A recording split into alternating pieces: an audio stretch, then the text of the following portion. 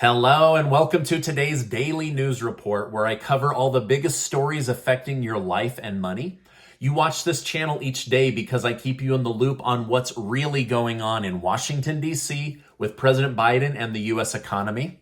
Many of you asked, hey, where are you? You didn't release a video. Is everything okay? I am okay. We had some personal family stuff and I took a day off, but everybody is okay. So thanks for asking. The September giveaway is now live, and I'll share more details at the end of this video. But another YouTuber was so inspired by what we've been doing that they've donated to help make this giveaway even bigger. So thank you so much, Kevin. And I'll leave a link down below to his channel and a big thank you to he and his wife. President Biden last night gave a fiery speech that he is now saying wasn't political at all. Now, I'm going to try to cover this story from both sides. I've spent the morning reading news from the left and also news from the right. So let's go through that. President Joe Biden is being called the divider-in-chief after giving a fiery speech where he doubled down on attacking Republicans that support Donald Trump. He stated not every Republican, not even a majority of Republicans, are MAGA Republicans. Not every Republican embraces their extreme ideology, but there's no question that the Republican Party today is dominated, driven, and intimidated by Donald Trump and the MAGA Republicans, and that this is a threat to this country. Now, many far-left voters cheered as President Biden raked Republicans and Donald Trump across the coals. Some even called for anyone that voted for Trump to be rounded up and arrested. Now, I don't know where they're going to put 70 million Republicans, but this is what I'm reading from the far left side of the country. Republican House Minority Leader Kevin McCarthy stated, President Biden has chosen to divide, demean, and disparage his fellow Americans. Why? Simply because they disagree with his policies? This is not leadership.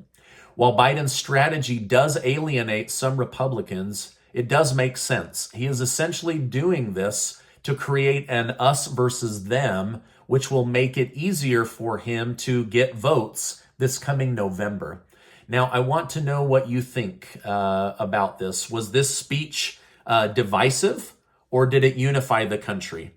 Was it appropriate to badmouth 70 million people? Or was it appropriate to do that? You let me know your thoughts in the comments. I'm surrounded by Democrats and Republicans, and I think both have really good people in both parties. I don't really care for government leaders, as you know from watching my channel. Now, this was really, really strange because Biden basically made 70 million Americans feel like garbage and divided the nation with his language. There's no doubt that he divided the language. But today, he told reporters that he doesn't consider Republicans a threat to democracy or this country.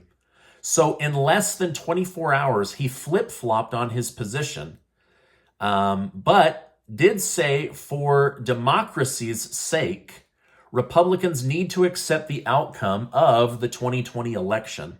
So he stood at a pulpit, red lights behind him, 2 military people, and spent nearly an hour blasting Republicans, and then woke up this morning and said that they're not a threat to the country. So I don't know if he's forgotten what he said or if he's now trying to pull Republican support back in, or maybe they told him, hey, you went too far, and who cares what the Republicans think, but you've scared or offended independents, right? And it's independents that really decide the fate of the nation, right? So people that are in between both parties. Former President Donald Trump has finally given an answer on whether he will run for president in 2024. While being interviewed by Wendy Bell, she asked him if he would announce his run for president on the spot. Trump said, well, the time is coming closer and I think you're going to be really happy. We have campaign finance laws that don't allow you to. It's crazy. It's not smart, but if you say everything changes and you have all this reporting and all these things, but I will be doing something and I think you will be very happy. Now, I don't know who Wendy Bell is. She may be a Republican, so that's why he's saying you're going to be happy, or maybe he thinks the listeners are going to be happy. Now, up until this point, some were doubtful that he would run again, but it does appear that Trump may be gearing up to run in 2024. This could come from his home being raided by the FBI, or it could be that he's always planned. I don't really know. Now, if Ron DeSantis of Florida doesn't run, Trump will likely sweep the Republican primaries. But if he does run, he will be going up against Donald Trump. And some election specialists are saying this would be a really bad idea because if he loses, it could make him lose a future presidential run as a Republican primary frontrunner. So it's kind of up in the air what's going on. However, I did read that President Biden's campaign has filed paperwork for him to run again in 2024. So those of you that love President Biden in my community, he is going to run in 2024, according to the paperwork that I read about. Now, remember back in July, I told you that Speaker Pelosi's husband, Paul Pelosi, bought millions of dollars of NVIDIA stock right before the vote for the big chips bill. Then he suddenly took a loss and pulled out. And then Nancy flew to Taiwan with her son, not to talk business, but to talk politics. Well, now China is blocking NVIDIA from getting materials and chip rights, and their stock has fallen by 25%. So it seems Paul Pelosi may have had an inside idea about what came out of Nancy Pelosi's trip, and by walking away, he avoided losing over $2 million. Anyway, I don't know what's really going on or if there's insider trading, but it doesn't look good, and the whole thing is very, very suspicious. As Biden and Trump clash, Dr. Oz and John Fetterman battle it out for a Senate seat in Pennsylvania. Dr. Oz was critiqued for challenging Fetterman to a debate shortly after Fetterman suffered a stroke. But now even CNN is stating, if there isn't a debate, this looks really, really bad. Political analyst Michael Smerconish stated, in the end, I don't think he can win the campaign. Fetterman, by simply running an organized social media or paid media campaign. Up until Biden's debate with Trump, media had depicted him as mentally struggling. But in his debate, he held his own better than expected. If Fetterman can't do that, he may have a solid choice. But if he sits on the sidelines after a stroke, many will wonder if he is mentally fit to hold office. Now, I don't know much about Dr. Oz or John Fetterman. In fact, to be honest, I thought they were both Democrats. But it turns out Oz is the Republican and John Fetterman is the Democrat. But Fetterman has suffered a stroke, and it has limited his ability to speak and articulate himself very well. So, honestly, I don't know if after having a stroke, the stress and pressure of being a senator is the best thing for your health. But this could become a deciding factor in the Pennsylvania Senate race, and this was a big story in the news today. Texas Governor Greg Abbott has chosen another state to send illegal immigrants to. He will be sending busloads of illegal immigrants to Chicago, along with Washington, D.C. and New York City. Abbott stated, Mayor Lightfoot loves to tout the responsibility of her city to welcome all, regardless of legal status, and I look forward to seeing this responsibility in action as these migrants receive resources from a sanctuary city with the capacity to serve them. So he's basically saying, hey, you've been bragging about how fair you are, how much you love illegal immigrants, and that you're a sanctuary city, so let's put you to the test. However, I do believe there was a hint of sarcasm in his words, as Mayor Lightfoot is known for having the most dangerous city in the United States. I see what Abbott is doing here. He's trying to make a point by sending people to Chicago. However, this might not be the safest thing for these illegal immigrants. They show up here thinking they've come to the land of opportunity and promise, and then they're sent to a city where nearly 40 to 50 people are murdered every single weekend. So I'd like to know from you, do you think that this is a good idea to bring awareness to the border crisis, to continue to send these illegal immigrants to these cities? Or do you think that that is actually endangering these people's lives further? Mayor Lightfoot publicly stated that sending illegal immigrants to Chicago is racist. I don't personally see how this is racist, But I'll leave that up to you. Let me know your thoughts in the comments on what's going on between a governor and a mayor with illegal immigrants. What if I told you the war in Ukraine could have been over months ago? Well, some new information has come to light.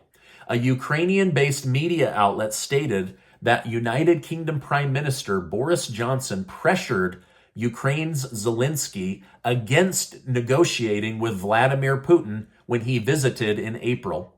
And he reportedly stated they wouldn't support any negotiations between Ukraine and Russia because they wanted to take this opportunity to pressure Vladimir Putin and back him into a corner. Johnson had an opportunity to change the outcome of this war, and instead of seeking peace and ending this, he pressured Zelensky into cornering Vladimir Putin further. Now, the evidence they gave is that 3 days after Johnson left, Putin and Russia announced that Ukraine's peace talks had hit a dead end. So he basically hijacked the end of this war and ramped it up even further. So do you think that Prime Minister Boris Johnson should have been speaking on behalf of NATO nations in discouraging peace talks and basically making Russia feel like they've been backed into a corner? Or was that a good idea? Should this war continue? Let me know your thoughts in the comments down below. Now, Boris has since stepped down in shame over his hypocrisy during COVID and trampling all over his people's freedom, but then took one last opportunity to squash peace talks, and now the war has gotten even worse. So just as peace was a real option, Boris Johnson blew things up, and now tens of thousands of people have died. This country, Europe, is about to go into a dark, dark, cold winter, and American taxpayers are being bled dry in order to prop up a war most people don't believe in anymore. So just as things were about to get better, they made them much, much worse, like a lot worse. I don't know. Let me know your thoughts in the comments. As I read this morning, this really, really bothered me because we're being told one thing, and then really quietly behind the scenes, these government leaders are pushing the chessboard pieces around and making the war worse. So, I mean, this makes me really mad to think about how many people have died and how bad things are going to be in Europe because of Boris Johnson. I don't know. Let me know your thoughts. Lastly, China announced they are putting 21 million Chinese citizens into forced lockdown again as 4 COVID cases have popped up. Now, these people cannot go to work. They can't leave their homes. They have to wear masks all the time, and they can't remove any of their money from the Chinese bank. Everyone will be forced to COVID test, and they're even testing people's pets and the fish that fishermen are catching as they bring them onto land. I mean, the COVID hysteria will greatly affect their economy and contribute to worsening the United States supply chain issues as things come to a screeching halt in China once again. I don't know. What do you think about this? We've learned so much about masks, vaccines, lockdowns. Is this a good move for China? Is this going to come back and affect us here in the United States? Let me know your thoughts. I mean, maybe China is specifically doing this to create a bigger mess in the United States under the disguise of eradicating COVID. I don't know. Let me know your thoughts. This is my update for today. As I know more, I will definitely come on and share more with you. Now, before you go, make sure to get your name entered to be one of the 20 winners of money that Casey and I are giving away, and also Kevin and other generous video sponsors. I'll make sure to leave a link below. Also, I'm going to leave a link below to one of my favorite videos from Kevin. Go show him some love, send him some thanks. He and his wife, Michelle, have been very generous in helping with this month's video sponsorship giveaway. And I'm just very, very thankful. It actually warms my heart to see people help complete strangers, right? So anyway, thank you guys so much. Now, before you go, I want to remind you that you are amazing. I appreciate you, and I will see you on the next video.